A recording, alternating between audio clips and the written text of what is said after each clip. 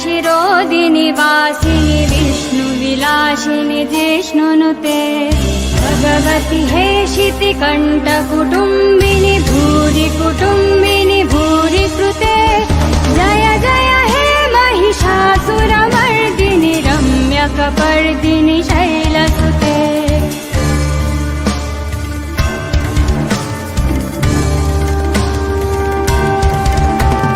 सुरवरवर्षिणि दुर्धरदर्शिनि दुर्मुखमर्षिणि हर्षरते त्रिभुवनपोषिणि शङ्करतोषिणि किल्बिषमोषिनि घोषरते धनुजनिरोषिणि दिथिषुकरोषिनि दुर्मथतोषिनि सिन्धुषुते जय जय हे महिषासुरमर्दिनि रम्यकपर्दिनि शैलसुते जय जय हे महिषासुरमर्दिनि रम्यकपर्दिनि शैलसुते जय जय हे Mahishasuramardini रम्यकपर्दिनि शैलसुते.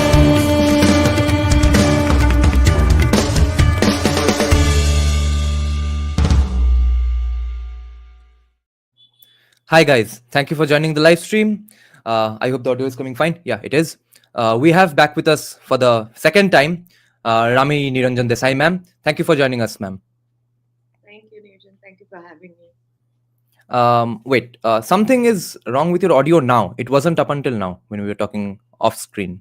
What do you mean? You can hear me, or It's is it the bad? volume is a little too low. Wait, let's see if I can do something about it.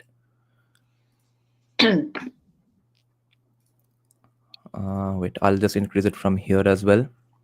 Okay, ma'am. Is this better? Yeah, it's better. Okay. So guys, first of all, say extra thanks to ma'am for not cancelling today, because she is pretty under the weather as she has been traveling all around for the country, not for having fun and travels. I wish it was that. Yeah. Do you get any time to just have a trip and take a vacation and stuff? No, I actually have been thinking about it for a really long time. This is my 7th week of like usually it happens in like really long space. So this is my 7th week right now for this cycle that I haven't taken a day off, and I'm my just God. traveling non-stop. But I think the time is coming. My body is telling me I can't do this any longer. Yeah, when you said that I'm only free on the Saturday, I thought, okay, what does that even mean? Because on Saturday she's coming to a podcast to discuss the things she does anyway for the rest of the week. So Yeah, actually, I didn't think it would come across like that, but it's true. yeah, What does somebody mean by that? They're only free on Saturday to do a podcast. yeah, No, it's like between my travels. So I came back like yesterday. I even forget when I came back, and then I'll be here today, and I'm leaving only at 4 a.m. in the morning. So then that means I have this day free, so I can do it. But I wouldn't cancel on you anyway. You're the only person I know who does their homework and comes. thank you, ma'am. And now you are on the verge of becoming a household name in Indian politics discussion circles, because you appeared on Beer Biceps as well. And I need to give credit to Deepda, journalist Deep Haldar, for suggesting this fascinating topic. The Bangladesh expert Deep Haldar suggested this topic, where we need to ask the Northeast expert, how can the Bangladesh crisis affect the Indian Northeast? So, ma'am, how really? Are the infiltrations just the only problems? First of all, Deep has been watching Bangladesh so closely, and he's so good at it. He's really an expert that he would have been able to answer this question as well. But let me attempt at it, because the instability that we've been watching honestly wasn't, and this regime change wasn't something that observers like us had. It came as a surprise to us. Right. Well, we've been watching. You know this. I think you'd been following the developments as well, as Yeah. was Deep, as was I, as were other people. We knew that the regime change was happening, and the dialogue of this that a regime change might happen was fairly robust. At least 2 years before it did happen, that what would happen? I see. If a regime change happened, we used to discuss this. Whenever him and me also met, we'd always discuss this, that if a regime change happened, what would happen to the Northeast? The Northeast would be impacted. So, having said that, the fact that everybody knew that was going to happen, and the reason that we knew that it was going to happen very soon was because of the kind of things that were being done in Bangladesh, especially if you observed the US diplomats in Dhaka. You'd realize that there was a very deep interest in focusing on the opposition at that time, which was the BNP, and there was the Jamaat supporters as well, but also the fact that there was this deep-seated fundamental suspicion and hatred for Sheikh Hasina. They ended up, if you remember, they ended up also putting sanctions on their elite paramilitary force, the Rapid Action Battalion, senior, officers from there. They put sanctions on them so that they couldn't travel, so on and so forth, which to me was a really, really aggressive move to take because it's another country's paramilitary force. Yeah. The envoy, Ambassador Haas, also visited the opposition. He visited the election commission. There was this undue interest in what was going to happen in the Bangladesh election. So everything was pointing towards this. So I wouldn't say that it's come as a surprise to us. If it hasn't come as a surprise to us, I don't think it's come as a surprise to the northeastern states. Okay. Politicians in those states, also our security forces and our intelligence. But obviously, with every situation at a different time, things change. We already know the history of the Northeast, but I'm just going to take a minute to, Yeah. Yeah. refresh these memories. Yes, please. We know that when previously, before Sheikh Hasina, Bangladesh was used as a location for not just to have funding, terror training, but it was a safe haven for terrorists that operated in the Northeast. I remember traveling to Tripura many, many years ago uh, when BNP was in power. And I remember people saying, oh my God, this NLFT threat. NLFT was one of the major organizations, terrorist groups that was working in Tripura, saying can't be really curbed because the borders are porous and they do what they have to do and they run back in. That was also the time because of BNP's proximity to ISI, to Pakistan, that Bangladesh was being used by ISI to launch its designs against India, which included weapons trade, which included training of militants, giving all sorts of support to militants, and ensuring that that there was unrest in the Northeast. So those were the years when unrest was peaking, right from the 80s, 90s. Things were very bad in the Northeast at Yeah. that time. That was one of the reasons that nobody used to travel there, and it was known from the lens of uh, uh, terrorist activity. It was when Sheikh Hasina, and this was also the same with Ulfa, and mind you, even with NSC and IM and all. Of course, they got their training in China. Uh, Hmm. but that doesn't mean that they didn't have tacit support from the ISI. All enemies, with a common enemy, tend to band together Yeah. against the common enemy. So they also Yeah. had this tacit support. It was when Sheikh Hasina came in that we know that there was a strong fundamental change in policy towards India, and therefore there was a major crackdown on terrorist funding, terror activities, and the usage of Bangladesh as a safe haven for these terrorists. And there were multiple treaties that were also signed, border treaties during her time that assured India that this sort of terror activity it would be actively curbed by the government in Bangladesh.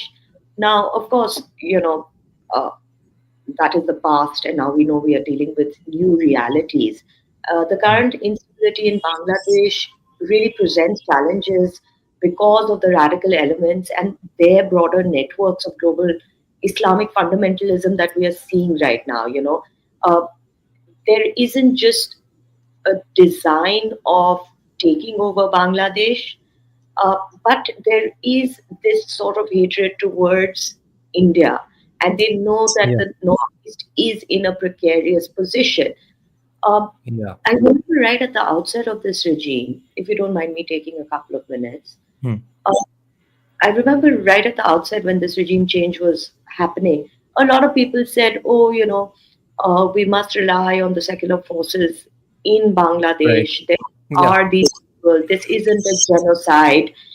And, it sort of, it shocked me because what are you on? Yeah, it's only been a week.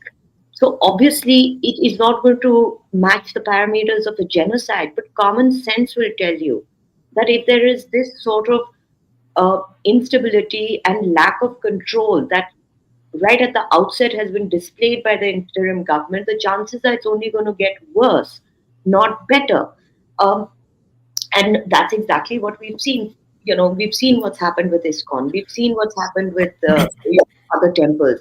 But Yeah. even student groups and protesters, one always hopes for some sort of open-mindedness and this sort of secular ideals that we hold so high in our lives, Hmm. to be amongst the youth.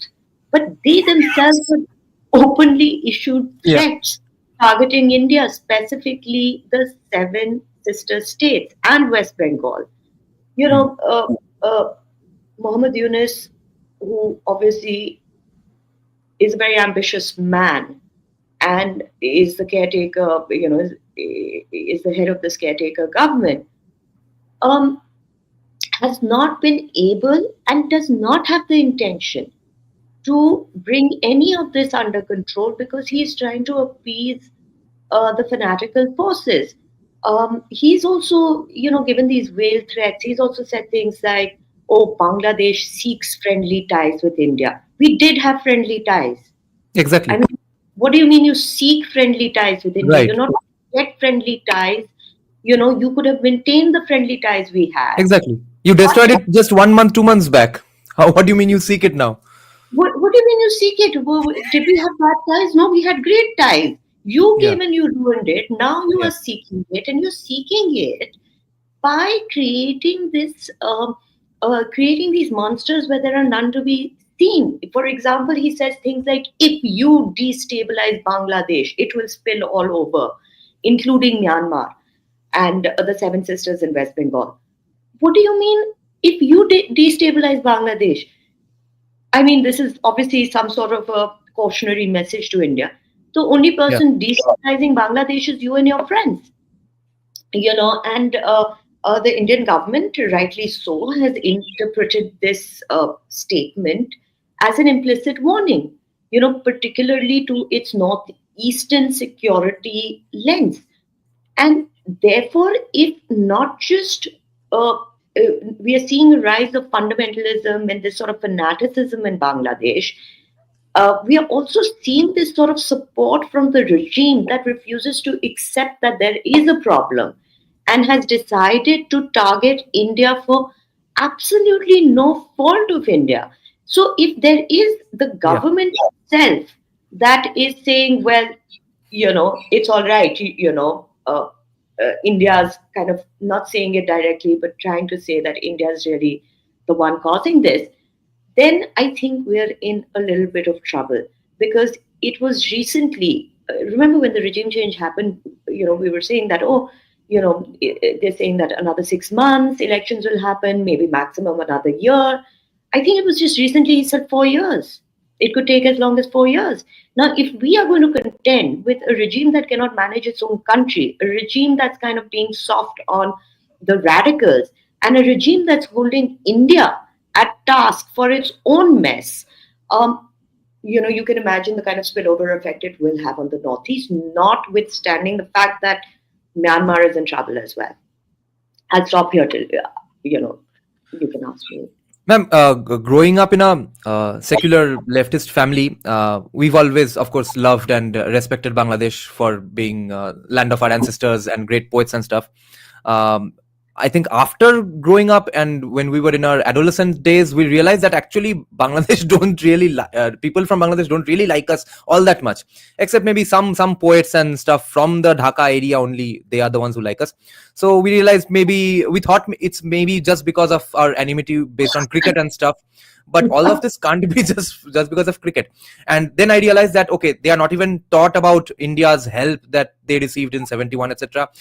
Even for that, I kind of rationalized in my own head that okay, everyone does not have to teach that kind of low self-esteem history to their own students, that your ancestors were not that big of a deal, everyone else was big deals and stuff. So I guess they also did not do that. They taught them, their students, that yes, we were the gigantic heroes, there's nothing called India, we fought the battle on our own and won. So is it a backfiring of those kinds of education systems? What exactly are they that pissed off about India for? See, I think we Indians love to romanticize things. We Yeah. love to romanticize our neighbors and this old, like some sort of, a couple of poets that come up and, Yeah. who sing songs about love, write poetry about unity. We love that kind of stuff, and we want to believe that everybody is like that. Right. Unfortunately, there is this there we have had this history of the kind of education, the kind of even intellectual environment where Hmm. literally the intellectualism has been rigged to suit political Hmm. mandate. And that has caused us great amount of disservice because we've stopped thinking reasonably, we've stopped thinking rationally, and we've stopped being analytical. Um, I remember even with Bangladesh, people kept saying that, oh, the economy is doing better than India, and the economy is going to, take them places. I'm really glad the economy was doing well, but did people not realize that in a country like that, it would take very little to derail that economy, that Yeah. the population was going to be a problem, that everything was centralized in Dhaka and maybe a little bit in Sylhet. Exactly. Yes. There isn't any other urban centers, that Right. there's a high rate of radicalization. It was a government that was trying to balance it and keep it in at bay. It was not about the people themselves because honestly, I mean, it hasn't been months since the regime change, and we already have this huge influx of immigrants to our border. If Bangladesh was doing so well, why are people trying to come here? But also Yeah. that, also that I don't understand that where have we come with this sort of, where have we come with this sort of analysis that, oh, they're going to love us, and it's about brotherhood and it's about peace, because the fact of the matter is religion plays a role. And Hmm. if we want to avoid that this discussion that religion doesn't play a role and that there are different, there are different countries with different outlooks, no, that's not true. Religion does play a role. There is this ambition, there is a reason why Jamaat is a transnational group.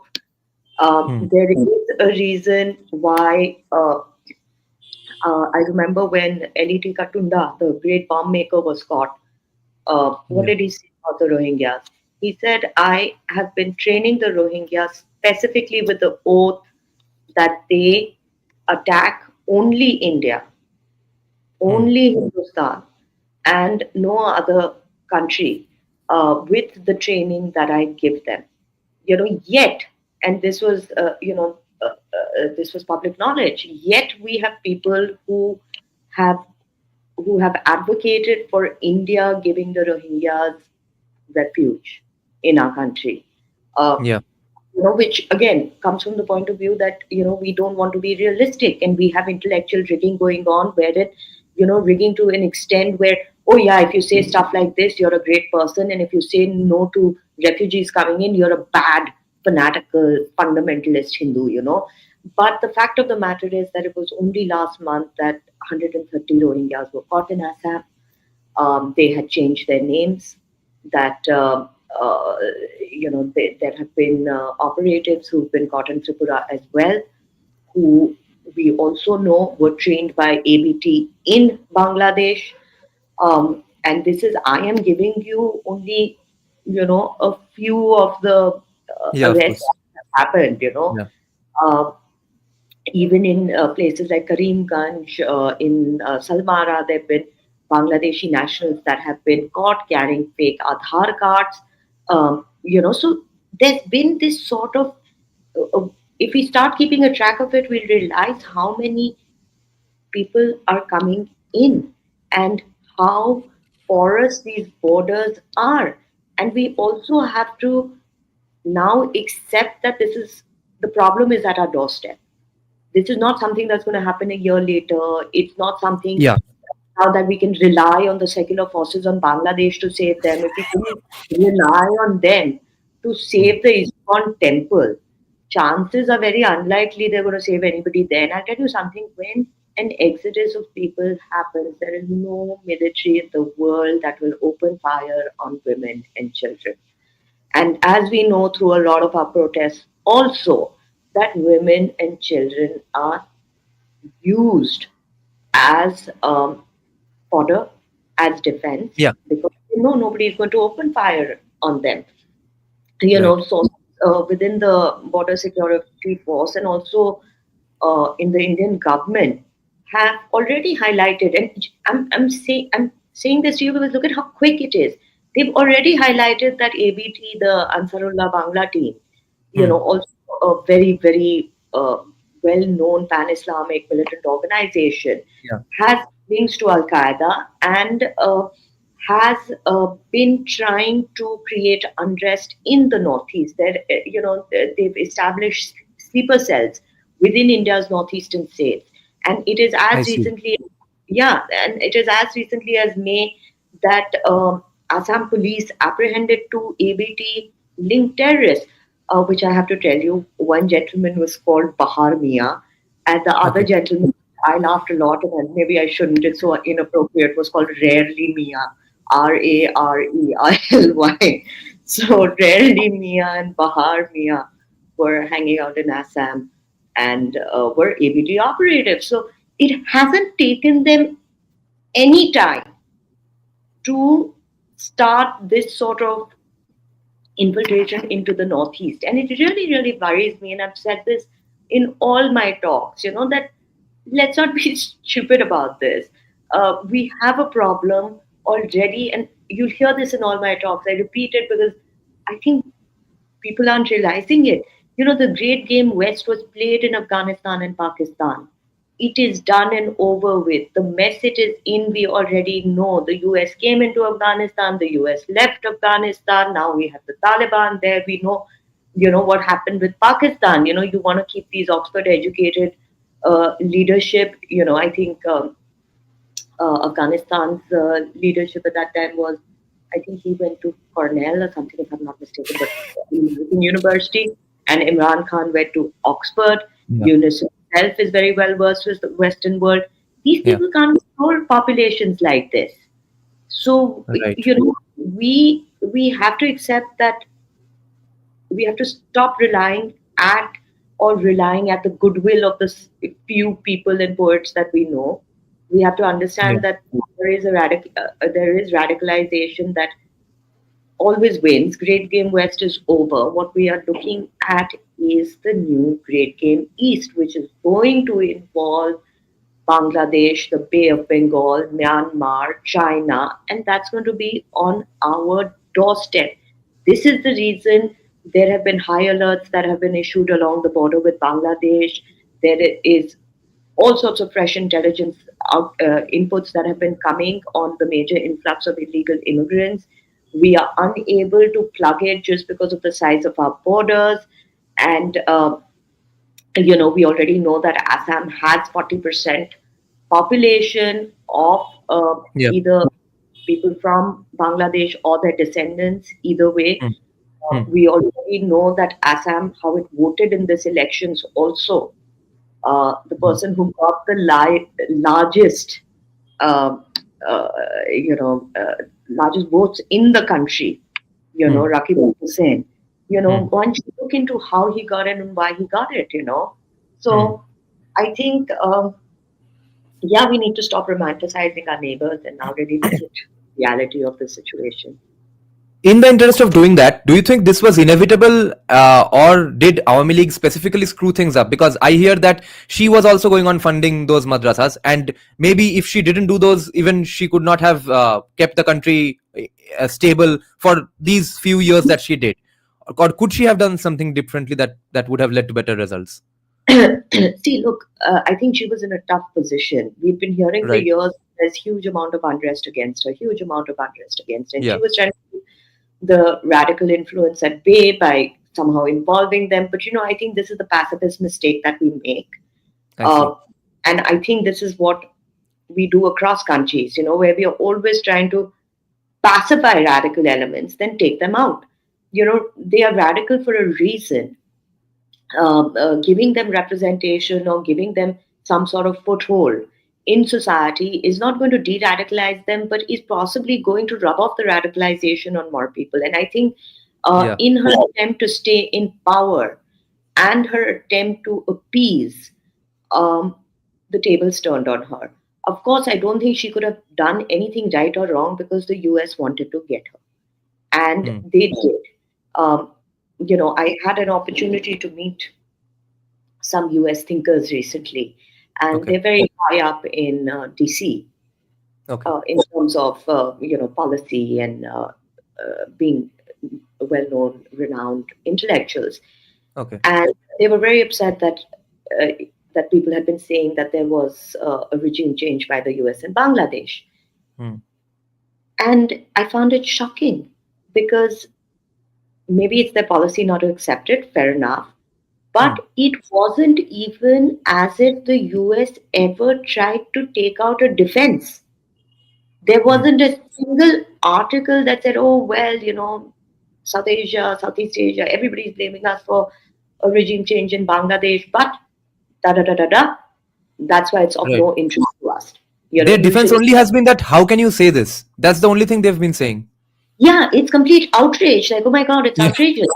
Yeah. So I said to them, I said, I mean, people, you can't have this little respect for Hmm. other people and what they think. Because if you did have a little respect, you'd at least have you'd make the attempt to have Yeah. some amount of counter to it. That also you didn't. But if you were to ask me, and this would be my personal take on this, is that of course they were involved. Of course, we know they've been involved in other places. There's no reason to believe that suddenly they wouldn't be interested in Bangladesh. Of course, that they feel that radical elements are elements that they can flirt with and control. They've never been able to control them, and they don't learn from their mistakes. So I don't think Sheikh Hasina had a chance in hell. She People wanted to remove her. We know that Mohammed Yunus, how he also, or the people who lobbied for his Nobel as well. We know that he was well versed with the Nobel. We know that he was playing their cards. That's one of the Yeah. reasons in his first trip to the US, he brought up the Rohingyas. Um, Hmm. clearly the Rohingyas in a country that's falling apart, that's your country. The refugees cannot be your first point of interest. Right. So I do feel that Sheikh Hasina could not have got out of this one. And Right. I do feel that there were many international interests involved. And if the US would be interested, there would be other, whether it's the European Union or whether it's some other countries that would also be Yes. interested. Yes. By the way, ma'am, what you were saying in the beginning, that they are saying that no, no, there is no genocide, but that's only because it's at the moment it's the hatred against Hindus is that overt only for the last few months, but it's the signs seem to be there that it might get to that. But remember, right from 2013 onwards, the leftists in India had been saying that exact same thing against Narendra Modi, that the moment he comes to power, there's going to be a genocide against Muslims. And since then, they have been saying any day now, any day now. It's about to happen. The moment the Ram Janmabhoomi verdict comes out, or the moment Kashmir Files releases, or the moment the Mandir consecration happens, that's the when it's going to happen, and that day never comes. So their parameters had been the same anyway. Yeah, yeah. But, the thing about the left is it's so self absorbed that being alarmist at their end and creating chaos by their alarmist views Hmm. is justifiable as long as they're doing it. If somebody Yeah. else does it, it's not justifiable for them. So if other Yeah. people are saying that, look, hey, Bangladesh has it does have the right ingredients to blow up in our faces. If there's a regime change, it'll be like, oh well, there's been um, human rights violations, allegations against Sheikh Hasina. But they refuse to look at the bigger picture. They are basically, I feel, the left, the so-called secularists in India are losing steam. They are losing their plush jobs. They are not getting the kind of attention that they were getting. They, are not getting to go to conferences abroad, which is what they used Right. to thrive on. And this is what is causing them all this heartburn and anxiety, because I tell you, there is no rational human being in the world who understands or is even mildly educated, who will not understand the threat that India's northeastern borders are at. It's not just about militancy, terrorism, which of course is at the forefront of our problems right now in the northeast. We've already seen these cropping up in terms of Manipur. We see Mizoram.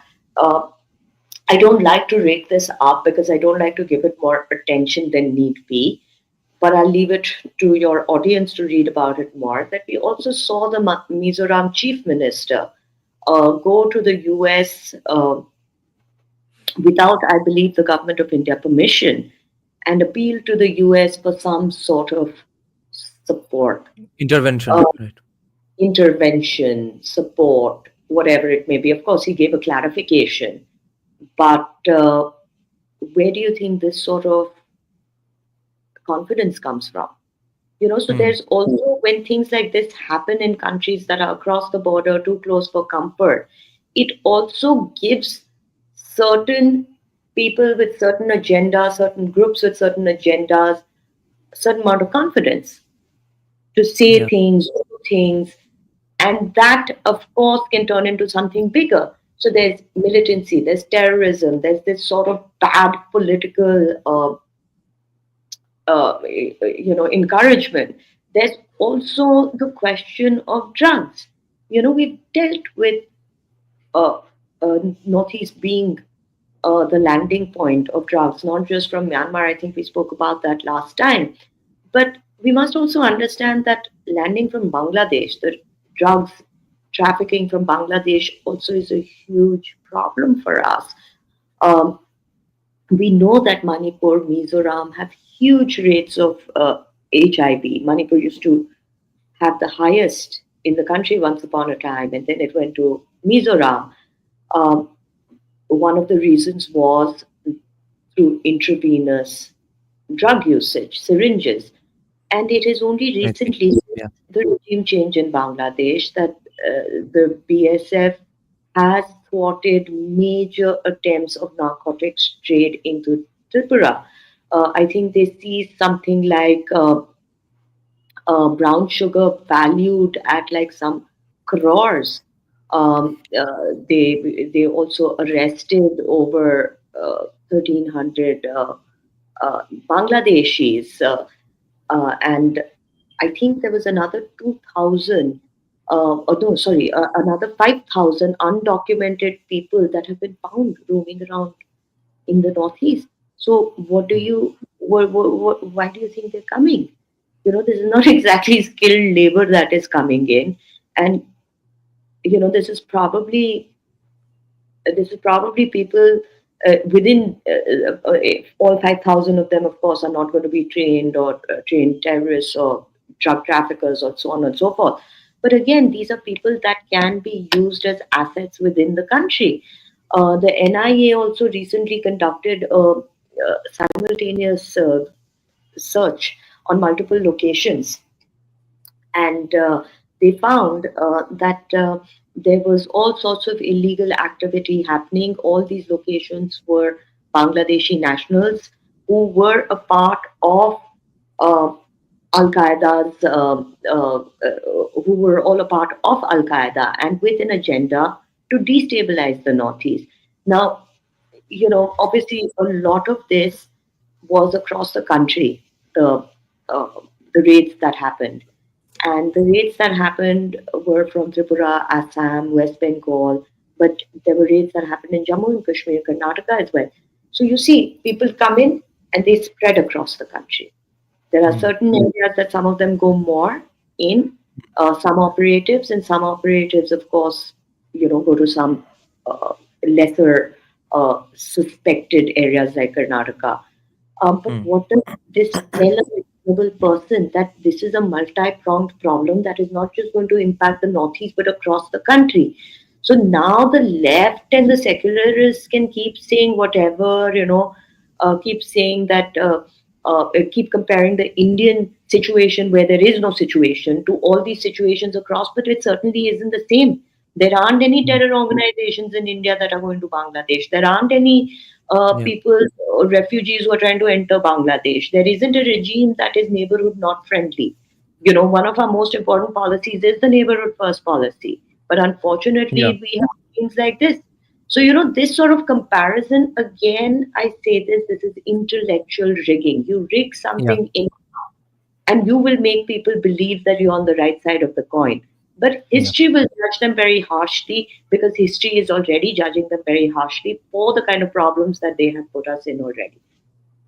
Yes, ma'am. And there is a in their minds people who are not even in higher positions, like just students who have just done their graduations and masters. Their minds are already rigged to this extent that they have a hierarchy of massacres in their minds. I once asked a presidency graduate and masters friend of mine that, okay, why are you, even back then, even I was not a right winger myself. I had just become a pro free market libertarian guy. So back then I asked a leftist friend of mine who was staunchly anti BJP guy that, okay, why do you hate BJP to this extent? Let's say hypothetically Trinamool comes to power and 50 CPM men get killed, or CPM comes to power and 50 Trinamool men get killed. Is that objectively somehow worse or better than hypothetically BJP coming to power and let's say a riot happens and 5 Muslims get killed? Which is better? He said that no, dying on the basis again or getting killed on the basis of religion, no matter how small the number, that's way too more significant to avoid and objectively worse than 50 that's happening at the hands of CPM or Trinamool without the context of religion. Um, Incredible logic. You Yeah. know, that defies me. But this was Yeah. the case.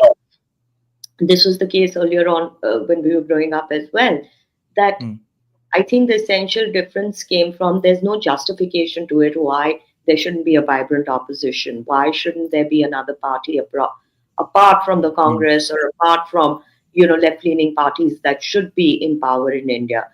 The problem, in my this is again my opinion, my limited Hmm. sort of opinion.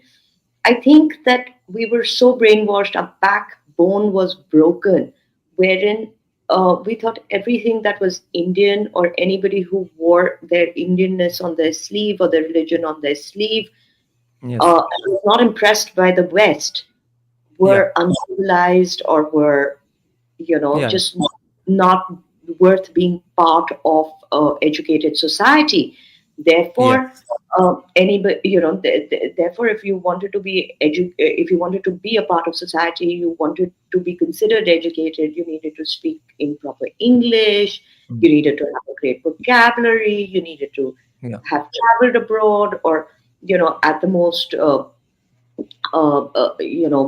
Been able to carry off Western clothes, and which nobody ever questioned.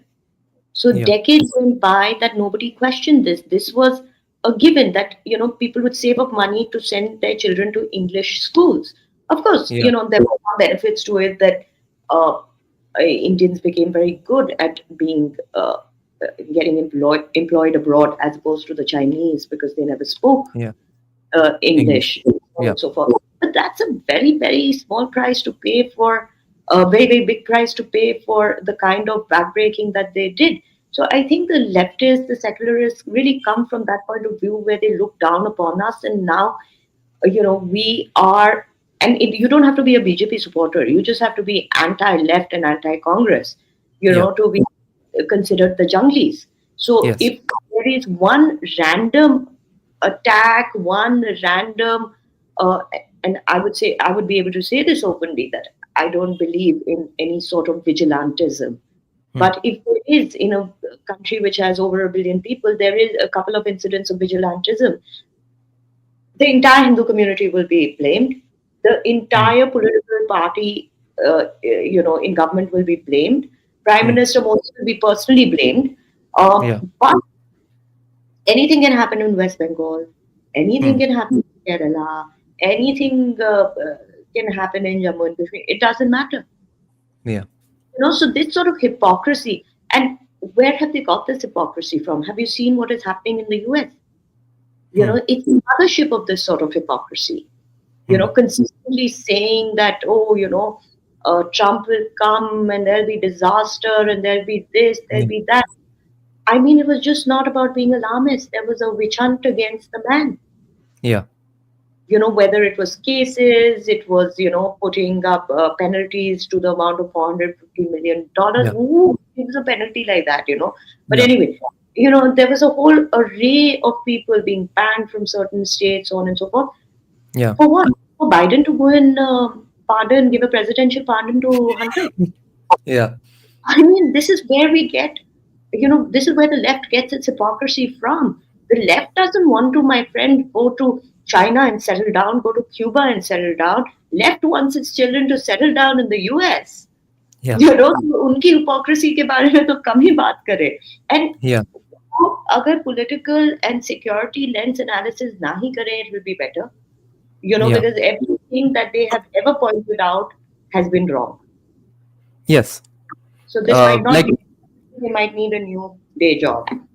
yeah, like even a few days back, somebody pointed out that economist Jayati Ghosh had said that once Javier Milei becomes the president of Argentina, Argentina will go to hell, their economy will get destroyed, and that man has brought down inflation so much. Inflation, like there was nothing else remaining to destroy in Argentina that Javier Milei could have destroyed. To destroy. And what is this sort of analysis? Do they ever go back to the drawing board and think that for the last 20 years that we've been working, we've got every single thing wrong? Yeah. Maybe we need to, there's no embarrassment to it either. So, Yeah. Right. yeah, so I think they are hardened, Yeah. sort of criminals, so as to say. Yeah. Ma'am, I'm wondering where does now China and the Republican Party come into question? What are their views, do you think, in terms of the Bangladesh and Indian Northeast situation? Who has what kind of stakes? Look, the US, we already know. I love talking about this. you know, Hence a Saturday free day. yeah. People go out, and this is what I enjoy doing is talking about Yeah. what Yeah. plans are. So, we already know about the US. The US was heavily involved. So was and when we talk about the US, we don't talk about the US alone. We talk about the United Kingdom as well. We talk about the European Union as well, because they follow suit to whatever the US does. And Yeah. I have spoken about this on your show before, that there was a time when the British wanted a crown colony to be made Hmm. out of the northeastern region. They thought they'd withdraw from India. It was time for them to go, but they thought, oh, this would be great because here we would have this very geographically natural resources rich sort of location, which would also act as our Right. base against China, towards the larger Southeast Asia. They realized its geopolitical value, its geostrategic value. And therefore, this plan was put into place. It was also called the Kuplan Plan. Uh, and it never, luckily for us, ended up working out because it was just too far, it was too remote, and they frankly had run out of money. Now, cut to, they never stopped trying, and that is why the NSCN had so much of support in Nagaland. And the reason NSCN becomes really important is because it's the longest running insurgency in the country. Um, of course, NSCN, was formed formed later, and it came from, this other platform of separatist ideology. Where did that ideology come from? It again came from the fact that, there was a very functional, very successful plan of converting. Once the tribes in what we now know as Nagaland were converted, they gave them the umbrella identity of Naga. If you till date go to Nagaland and go back and meet some old grandmothers and the elders, they rarely ever will understand the word Naga because they still self-identify themselves as by their tribal names, whether they're Aos or Ngamis or so on and so forth. Okay. Now, when they didn't even have scripts. The Yeah. Naga tribes didn't even have a script. So Hmm. when the script was made, and you have to give it to the missionaries, they did make a lot of effort. And of course, we can't ever any longer say all of it was negative. Of course, some of them might have been motivated by the kind of remote living circumstances and humanitarian sort of needs of tribal communities. But majority of them, and let's not make any bones about it, were driven by the fact that they had encountered pagan populations and they wanted to convert them. Now, the Right. reason this background is because if this identity had not been created, Nagalim for Christ would not have become the slogan for the separatist movement. Yeah. It's not Nagaland for everybody. It's Yes. not it's not Nagaland for you know for the upliftment of people. It's Yeah. Nagaland for Christ. And they are And Christian socialists, right? अब वो तो मैंने actually once had met some operatives from K, and Okay. they were very uh, very helpful in terms of they were very open in giving information, and we were Okay. sitting and okay. And I did ask them this. I said, is it because a lot of your training happened in China? Because they used to, Hmm. all the training, the Nagas would walk through and take the help of some sibling tribes across in Hmm. Myanmar and then Okay. go to the Yunnan region, and that's where they got their training. So I said, Hmm. is it inspired from China? Do you still have support from China? This was about maybe 10, 15 years ago when I met them. And they said, no, no, this is our own version of socialism because we are in Okay. villages and, Acha. we whatever we earn from our road tax collection, which by the way is entirely illegal. you, Yeah. you can't have you can't have insurgent groups collecting like taxes and Yeah. things like that.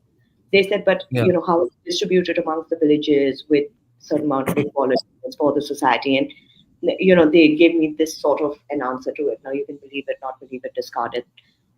That's up to Hmm. our own analysis. But this is what they Yeah. said. Having said that, of course, I also assume that the word socialist must have come in because they wanted to be on China's side. They wanted actually China to be on their side Okay. for the kind of support that China was giving them. So it was a way to Right. please China as well. That look, Hmm. we're going to be socialist as well.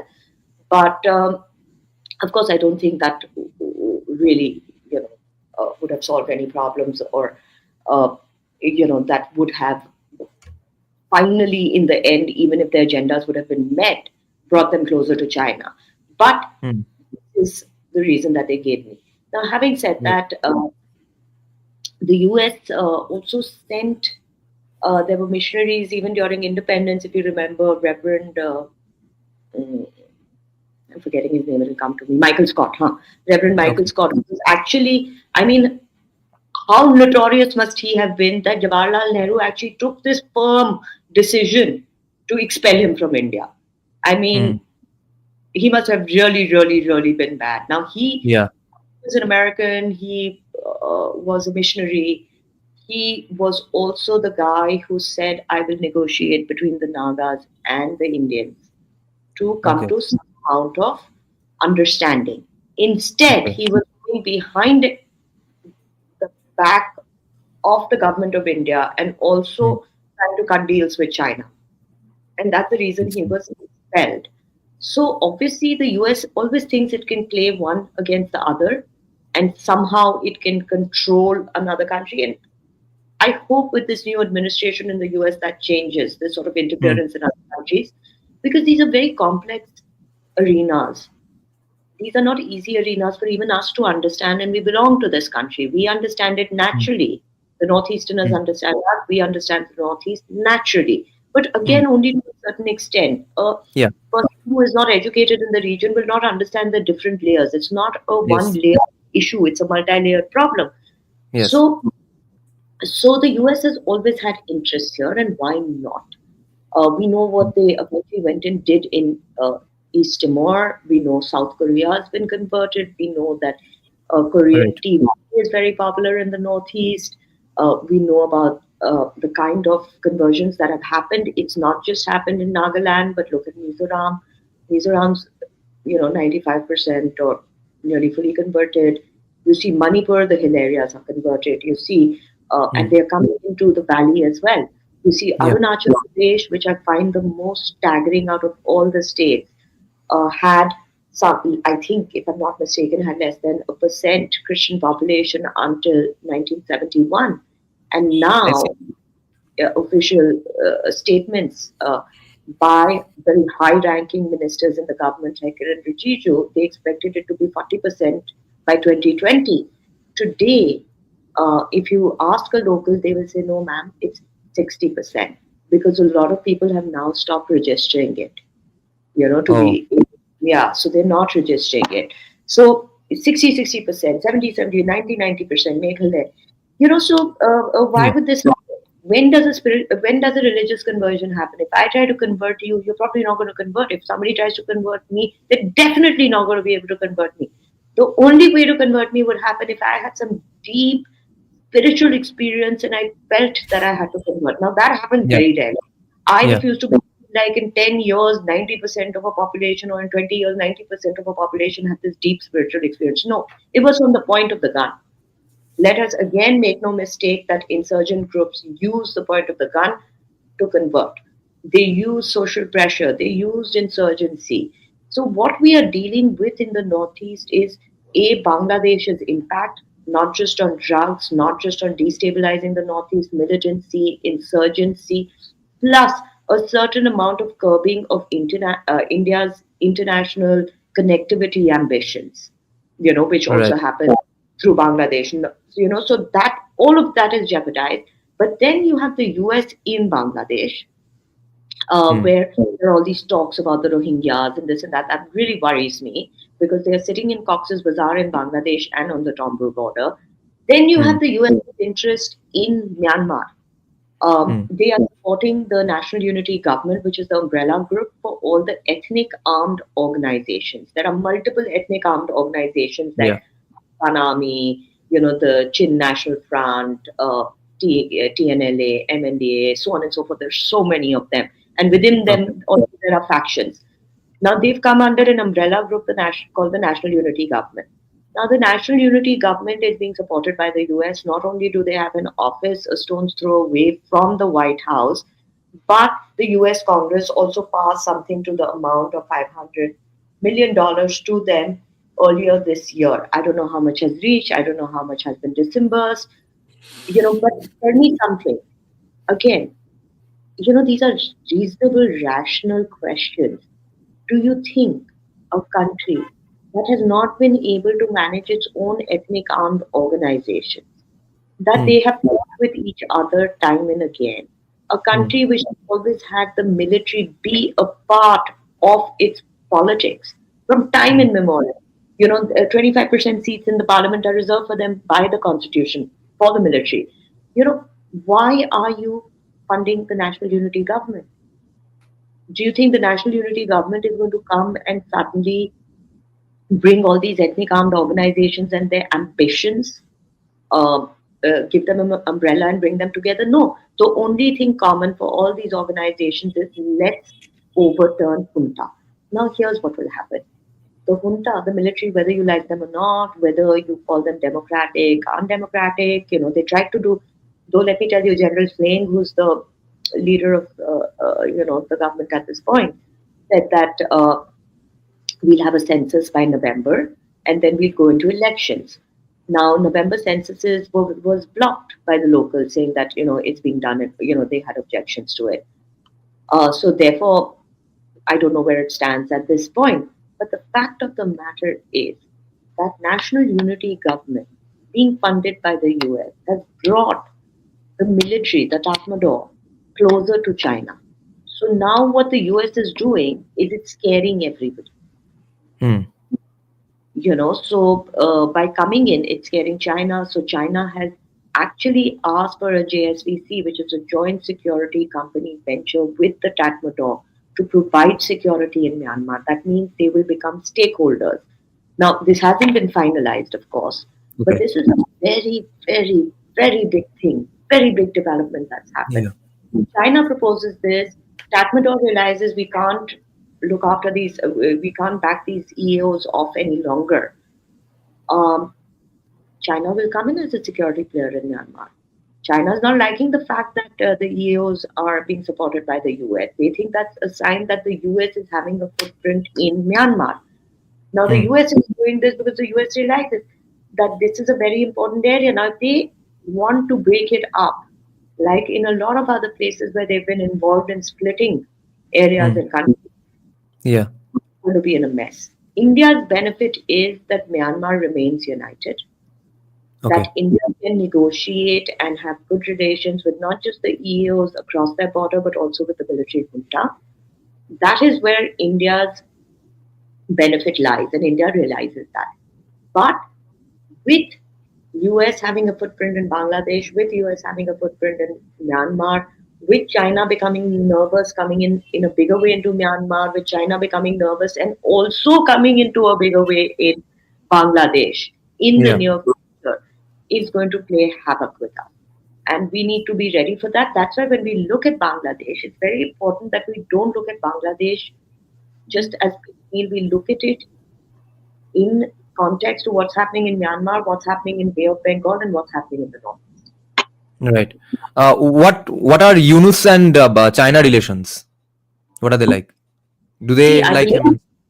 yeah, so I believe just now there was, you may have heard about this. There was a lecture by a Bangladeshi professor called Dr. Shahiduzzaman or something like that. He's Okay. a professor of international relations, and Okay.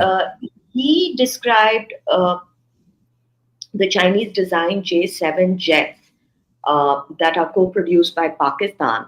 Right. He said that they're equivalent to the F-35s that the US uh, sold, and called for Hmm. Bangladesh to acquire 3 squadrons. And Hmm. they said that if Bangladesh can do this, it will discourage India. I don't know what they want to discourage India with, but Hmm. more than that, and I thought this was a bizarre statement to come from a professor. He went on to say that, he referenced the ongoing unrest in Manipur and said that, Bangladesh should capitalize on the instability and provide support to Assamese insurgents. Of course, I'm not saying that this guy is like really sound of mind or whatever. That's a different thing.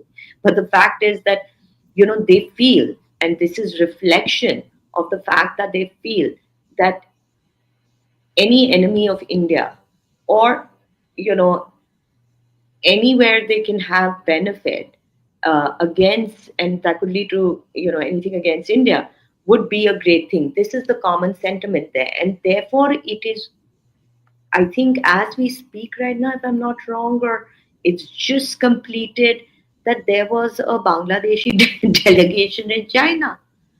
So, so we have to, it's very important for us to look at the kind of moves that are being made. See, the Yunus administration has also released, as soon as they came in, I don't know, with all these protests that were going on, the kind of killings that were going on, and let's not, I don't even want to talk about the kind of crime against women that must have happened. But with all of Okay. this happened, what was the first thing that he did? He released Yeah. insurgents, terror outfits like JMB and other organizations, and some of them were even given prominent positions in the new administration. So I believe that they can have, they can go and extend to appease the radical forces in their country Hmm. and create this sense of this new radical nationalism uh, based on hating India. And see, India also must understand. Well, India shouldn't actually understand this. Indians must understand this. That this is the problem of being a big country in a Hmm. place like in a place like this region that we are in, Yeah. because we are surrounded by smaller countries with not great economy, failing stability. and internal politics. Obviously, the way any party is going to play their politics is on making somebody a villain so that it raises some sort of nationalistic fervor in their country. We Right. saw what happened in Sri Lanka, we saw what happened in Maldives. This is Yeah. also happening in Bangladesh, but unfortunately for us in Bangladesh, it's on our borders. And like I said, we have a great amount of. It's not just about terror. It's not about uh, militancy. We also have connectivity, and that is where when Bangladesh begins to falter, that is when China is going to come in, which it already has with its money, and try to bring in more infrastructural sort of initiatives. We obviously, for obvious reasons, that will not be great for us. Northeast India and Bangladesh's relationship has been very critical because of the kind of connectivity and the subroutes that it would have provided to the Northeast, giving some relief to the chicken's neck. All of this can be uh, jeopardized. Even the Agartala Khara rail line, the Chittagong port, all of this with Chinese entry into, which it already has, but more Chinese footprint into Bangladesh could become very difficult for us. So I Right. think we have to keep the whole Chinese dynamic also in mind. But I'll tell you something, China Hmm. at this point is a little bit more worried about its Myanmar border because I that see. impacts them directly. All the gambling units, all the cybercrime scams all happen from this border. And this Okay. border also has communities that are of the Chinese Han Oh, descendants. I see. So it's this sort of Chinese Myanmarese community that is on the northern borders of uh, Myanmar. Mine. So they are preoccupied with that because even the guys they get to work in this cyber slavery farms and these cyber scams are people from China. So therefore, every scam that is made is first made in Chinese and tested in China. Number two, they had a Oh, big problem with the kind of kids who were going across the border into Myanmar to work in these places because families were getting upset because once they'd go in, their phones would be taken. It's like cyber slavery. So they'd never be heard from ever again. Also, we must remember, so therefore, China made a huge attempt at cracking down on these gambling centers, these cyber scams centers. But we must also understand that China has a huge BRI ambition in Myanmar. So they have a oil line, uh, uh, gas and oil pipeline that goes from Kunming down to the Bay of Bengal, and okay. that's in jeopardy. They also have an ambition to have the a rail line come right through. That is also in jeopardy. So their own assets are in jeopardy. The Chinese consulate in Mandalay was attacked. It was, I think, burned down or something. A Chinese-owned nickel factory and cement factory in Myanmar was burned down.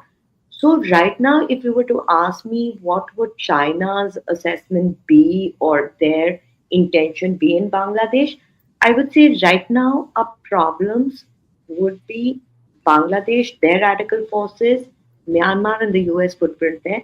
China has too much on its plate. And Hmm. also, as China and India relations thaw, they are not going to be really in that space of, to create problems for us as of now. Of course, things can change later, and we know that Yeah. uh, we, share mistrust, which is Right. different, so things might change later. But I think right now our problems are these. Right. So, ma'am, we were supposed to do it only for 1 hour. I have countless questions, but can you just go through 4 questions, 5 questions very quickly, if you can? Please, please, Uh, please. You do. yeah, we have 3 super chat questions, but before that, I'll ask one of mine, which is that are you aware of some kind of weapons exchange nexus between China, the Naxals of India forever since the 60s, and Bangladeshi Islamist radicals? Hmm. ever since 71 onwards. Yeah, I mean, that's always been a known nexus because you can tell where the weapons are made from, and those weapons Right. used to be cheaper than Hmm. other weapons that you used to get. So the Chinese weapons used to be cheaper, so they used to get those. So that's always been. And how do you know this? You know this by the kind of weapons that are caught on the northeast. You know, Hmm. we know even as of now. मतलब पहले की बात तो छोड़ो, अभी भी if you see. Some of the drones are being made by spare parts that you can get online. Um, Okay. they're not buying the drones. So the Chin National Front, or the CNA Chin National Army, Hmm. in Chinland in Myanmar, they have a Yeah. drone team. So a lot of the drones are big cargo drones, and they're made out of spare parts. Where do they get the spare parts from? These are Chinese made cheap spare parts. And we know that there's been entry of unmanned objects into the northeastern region as well. Hmm. So, I'm not saying, see, weapons is one thing. I'm not saying that the China factor is not something that one shouldn't Care about. concentrate on, Yeah. but we should also, when we're looking at security things, we should also look at it time wise in terms of what is happening right now. So, like earlier on, Right. I Right. mentioned about, sorry to just go off 1 minute, but earlier on, I'd mentioned about uh, these people touring, the Bangladeshis touring China at this point, Hmm. Yeah. and this has come on Beijing's invitation. Hmm. That's actually what we know, that it's come on Beijing's invitation. And, Oh. experts say that it's part of a strategy of the CPC to engage with power centers in South Asian countries. And post the fall of Sheikh Hasina, I remember Hmm. one ambassador making this point, saying that I knew that there was going to be a regime change when Sheikh Hasina in China was not given the due Okay. respect that she deserved. That's when I knew that China knew that Right. there would be a She's regime going to change. fall. Right. Yeah, so therefore, China inviting a 14-member team that is led by Jamaat-e-Islami's central leader, Nayab-e Amir, Hmm. is should get our antennas up. And Yeah. we know he is known for holding an anti-India stance. Now, of course, China also engaged with Awami League since 2009. It also has old ties Yeah. with BNP, including with Right. Jamaat. But the fact of the matter is that Jamaat has never criticized China for its treatment of the Uyghurs. So Yeah. when, yeah, so, so what I'm trying to say is that weapons will always be there. Hmm. These things will always happen. China, if you look at it, China has the right to engage with them because it's a new government. We have, Right. we have Mr. Misri also, who's gone to Bangladesh. I think Kal Hmm. hai meeting, if I'm Okay. not mistaken. So we also engaging and trying to see the best that we can make out of situations on ground. But the Hmm. fact of the matter is that I think the Islamic radicalization right now from Bangladesh is going to be a bigger problem, and the insurgency coming in from Myanmar is going to be the bigger problem. China is going to take a little Hmm. time and see I see. how and engage with the present government, but they also know that these might not be the people who might be there forever. So it's going to play a Right. cautious. Right. So Bangladeshi Islamist radicals, Chinese communist, and Bengali Naxals. This is what Nehru meant when he said unity in diversity. Uh, so Augustus Ero is asking, what is the reason behind India's lackluster response to the Bangladesh situation? See, I think I don't think it's a lackluster response. I think it's a wait and watch response. I don't Right. think uh, we have to be realistic about it. I don't think India, being the kind of responsible country that it is going to send in militaries to interfere with the country's internal dealings. Of course, it's made very strong statements of what has been happening with the Hindus in Bangladesh. Therefore, the kind of engagement that is happening at the level that it's happening right now, with Mr. Misri going there, uh, this issue is going to be taken up. But we also must remember, when first the regime change happened and we saw people on our borders, it was heart wrenching for everybody.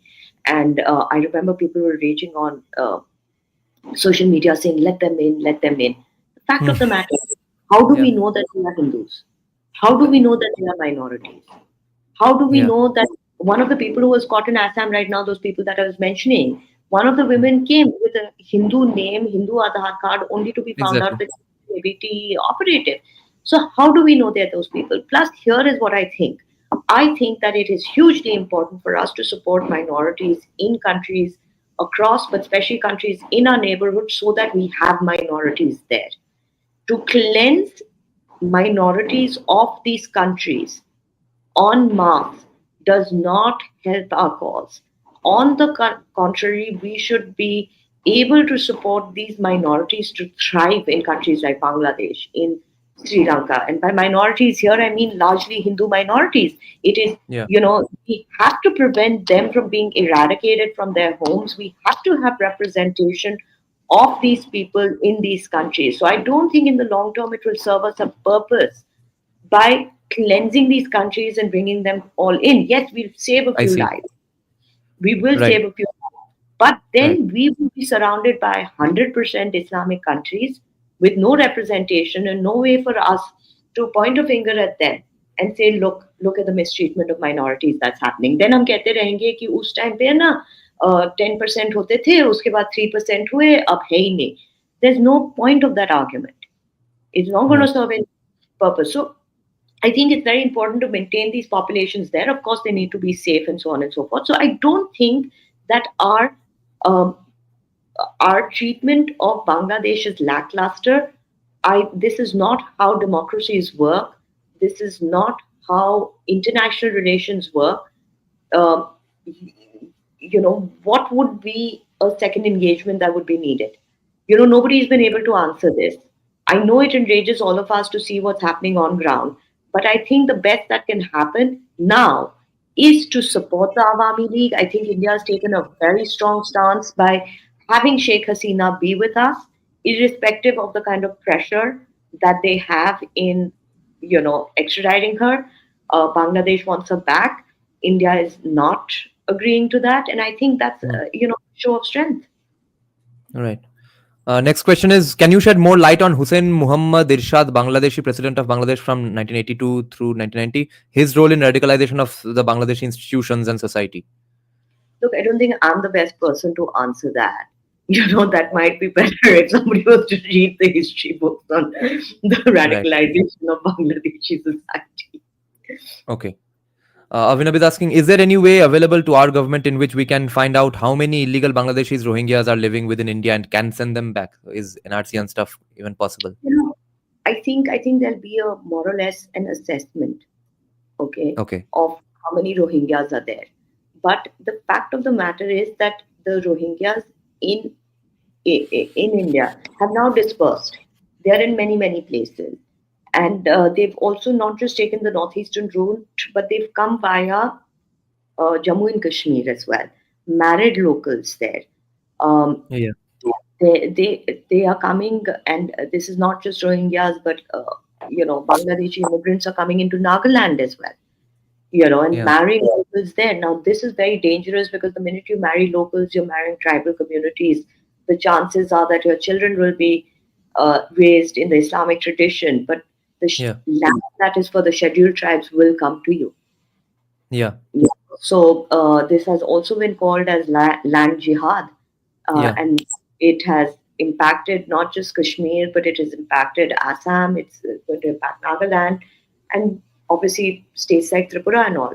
So, I think it's difficult to assess how many Rohingyas have come in. But let me say this, and I've said this in a lot of articles that I write, that we have over 1 million Rohingyas sitting on our Tomru and Cox's Bazar border, Bangladesh's. Um, they are sitting in silence. So they were asked at Okay. some point by the Myanmarese government to come back, and they Okay. refused, saying that Arakan Army, which is a militant Buddhist ethnic organization, Yeah. will not come back because they really Right. beat them up and send them off. Um, Now, Arakan Army has pretty much taken control of Rakhine. Okay. Hmm? Matlab, Okay. it's a very, very important base because Rakhine is a big, important state and has the Western Command there. So it's taken Yeah. over, more or less, it's taken over Rakhine. Now, Hmm. if Arakan army is taken over Rakhine, then obviously the Rohingyas are not going to go back. Right. So they are here to stay.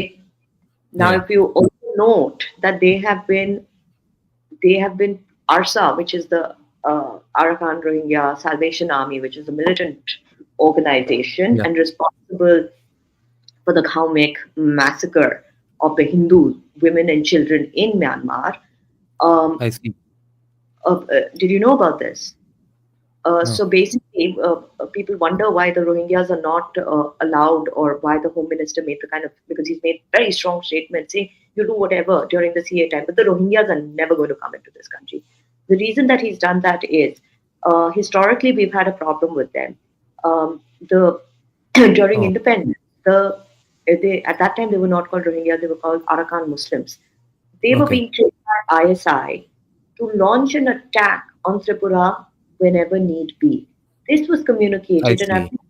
I have quoted this in one of my articles, where the first IB minister is informing the government of this, saying that they are being IB head is informing the Indian government of Okay. this, saying that in an official letter, saying that the Arkan Muslims are being trained with the promise that they will be launched to attack India, and they wanted Bangladesh, they wanted Tripura to be a part of East Pakistan as well.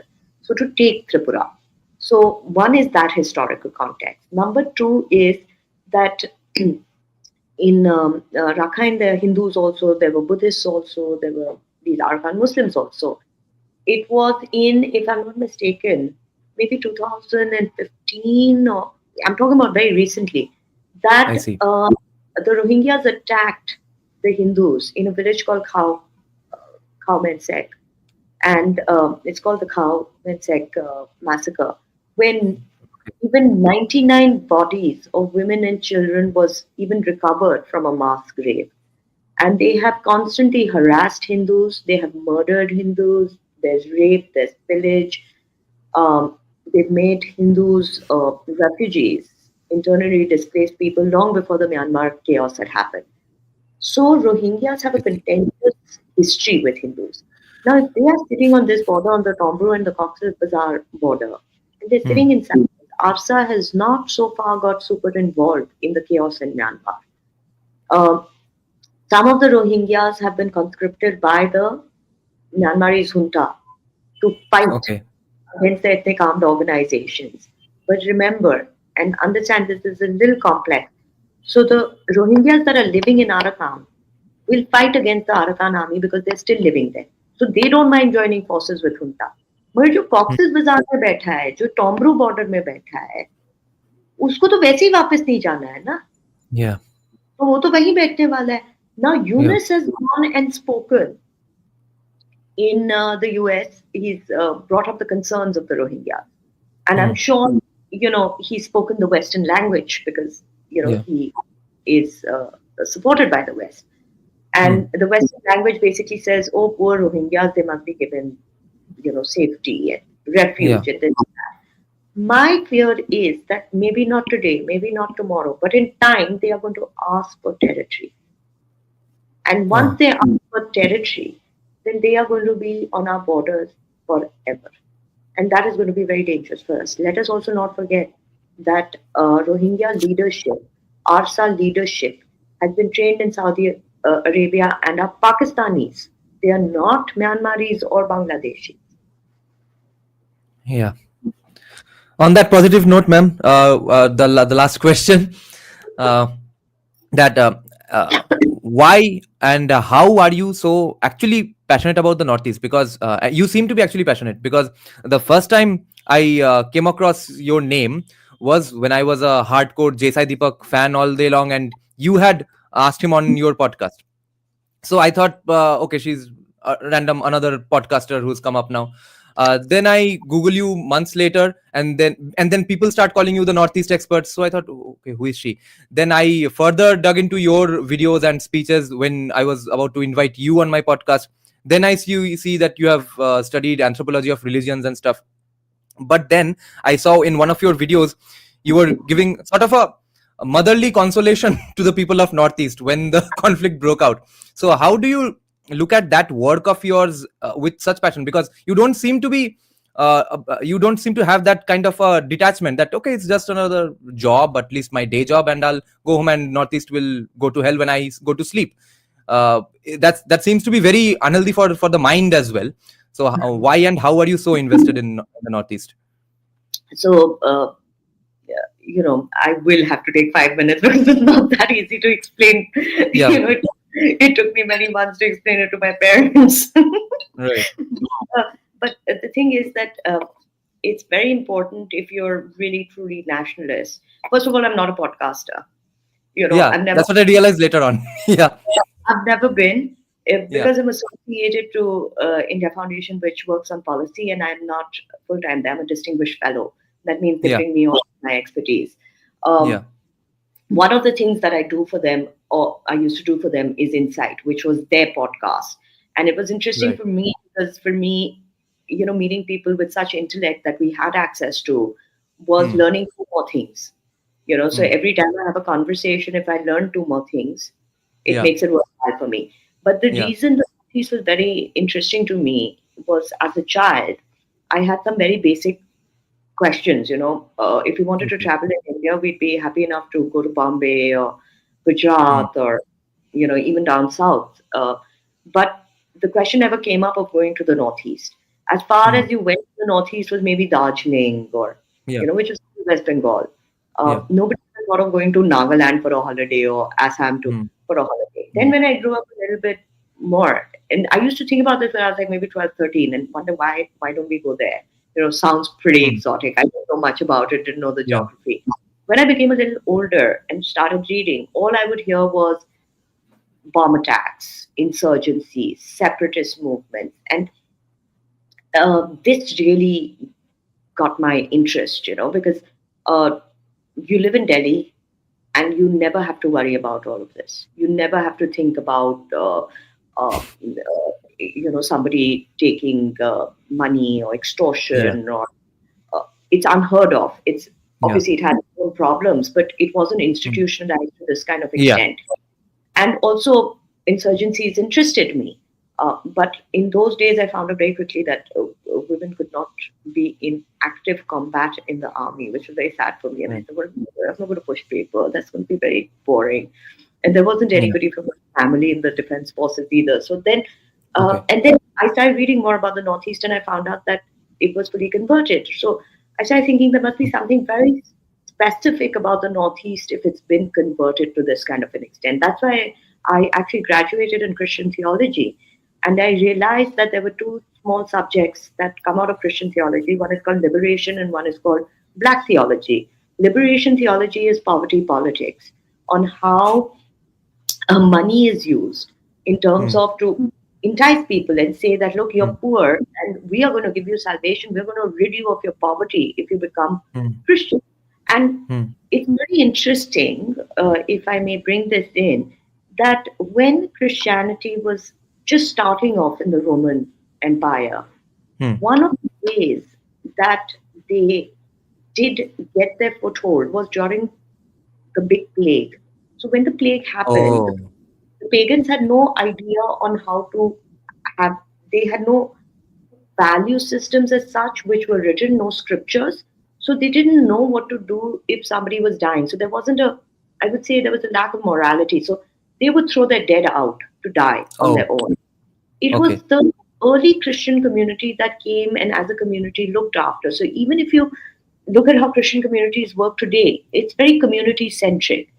Hmm. So they'll find you a bride, they'll find you a job, you'll have a church to go to. If you're old and Yes. Yes. alone, you have a church. So you have to give that to them. So poverty politics was similar to that, where they try to extract you from poverty and give you opportunities. And then obviously the West was backing them, so Right. it was much possible for them to get scholarships, be educated abroad, so on and Yeah. so forth. Black theology was what was race theology. So they came into Africa using these strategies and tactics of black theology.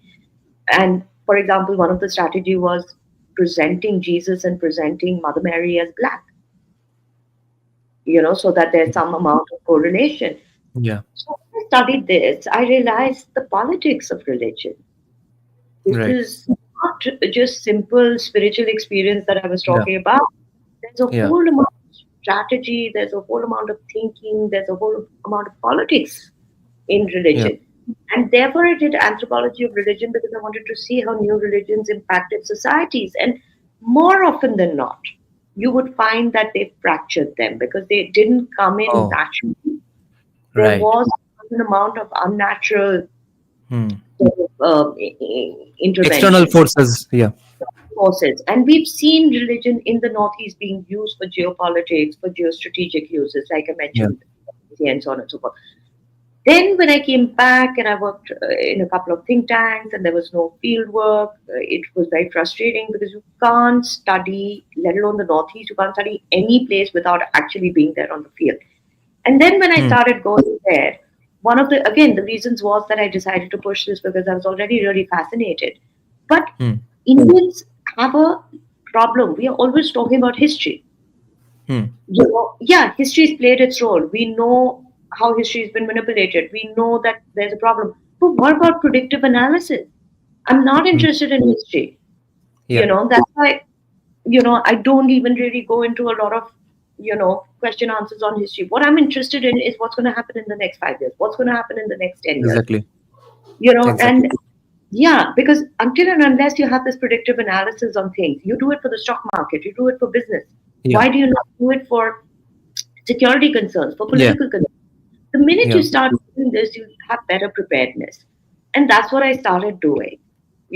Is I was so concerned about the Northeast, knowing that it has the kind of insurgency it does. It has the kind of tribal issues, inter-tribal issues that it does. It still does, and I'm Yeah. still not 100% accepted. And I don't think that's a really good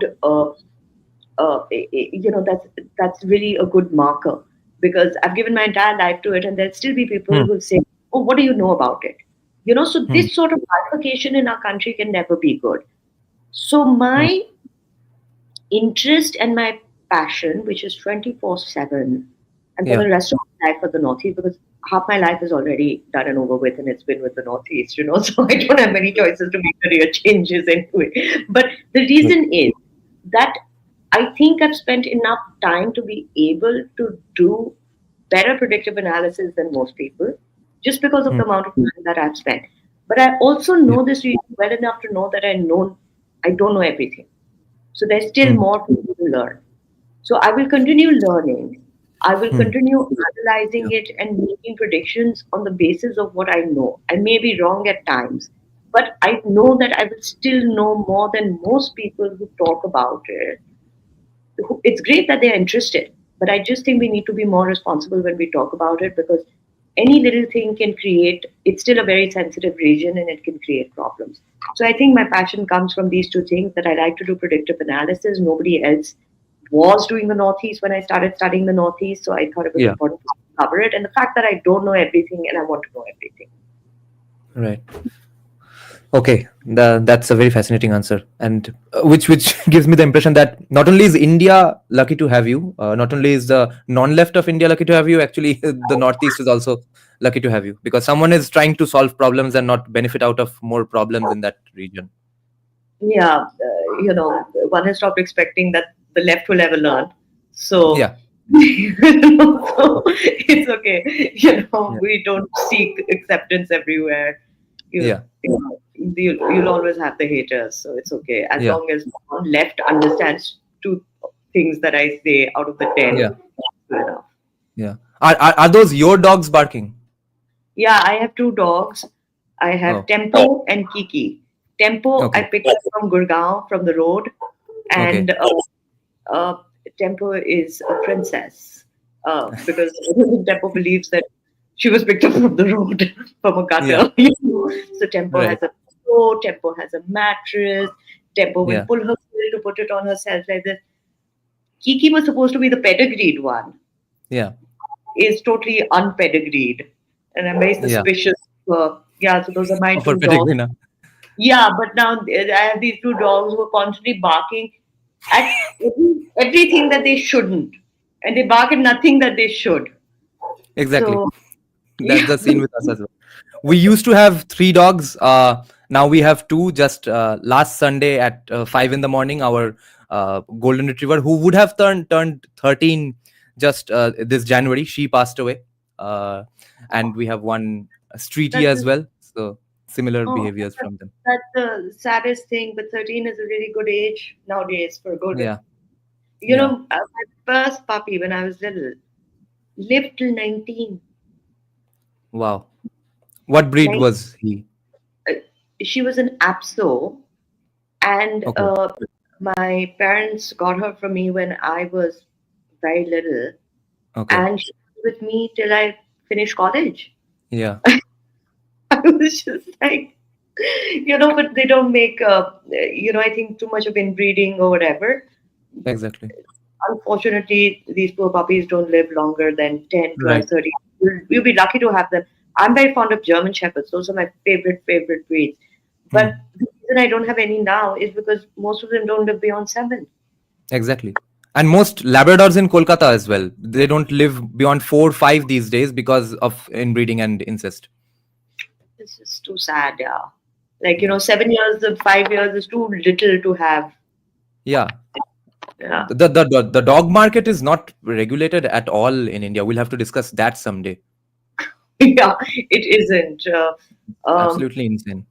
Yeah, because the dog market's abroad, and I've Yeah. had, I've sort of, how do I say this? But I've, sort of had puppies when I was studying abroad, are so well monitored.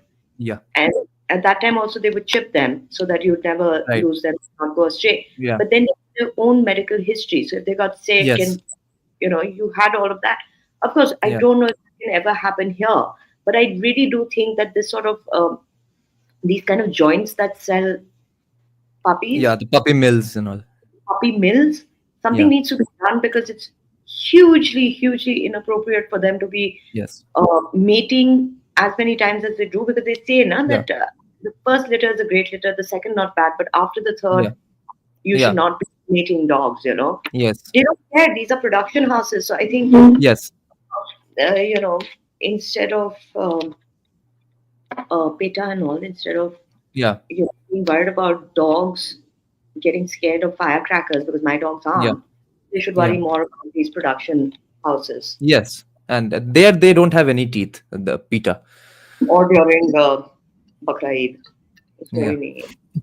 Yeah. That's a different Okay, ma'am. topic altogether. Yeah. Yeah. So thank you, ma'am, for joining us even with the bad health. Thank you very much. I We almost are feel very better. So maybe I should talk more about ABT in Bangladesh and Yunus to feel better. But on a yeah, serious note, do you have time? Then I can continue. no, I'm going. I have a 4 o'clock flight. Oh, Others yeah. are- Yeah. Okay. Then no more super chat questions as well. Okay. Thank you, ma'am. And thank you Thank guys for joining us. for Thank you, having ma'am. And have a safe trip. Good me. I night. will. Good night. Yeah. Good night, guys.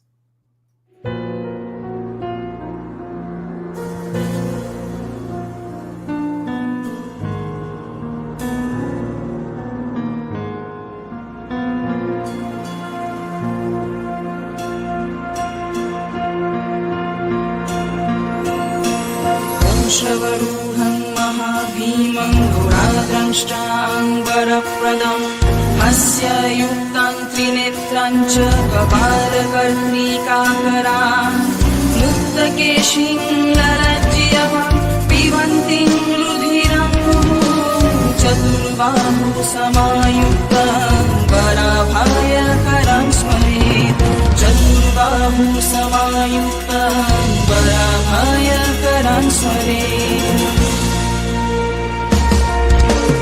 Kali Kali Mahakali कालिके पापहारिणी धर्मर्थमोक्षदे Devi Narayani नमोऽस्तुते धर्मर्थमोक्षदे Devi Narayani नमोऽस्तुते